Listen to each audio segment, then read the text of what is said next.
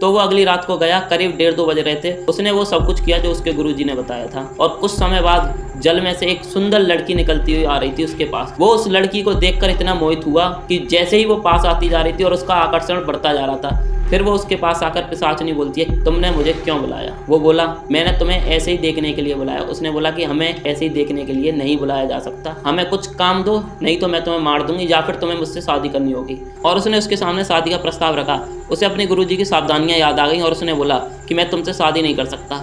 लेकिन कर्ण पिशाचिनी ने चतुराई दिखाते हुए उससे बोला, क्या तुम मुझे अपनी रखेल बनाकर रखोगे? वो अपनी जान बचाने के चक्कर में उसने उसकी सारी शर्तें मान ली और उसकी रखेल बनने वाली बात पर हामी भर दी।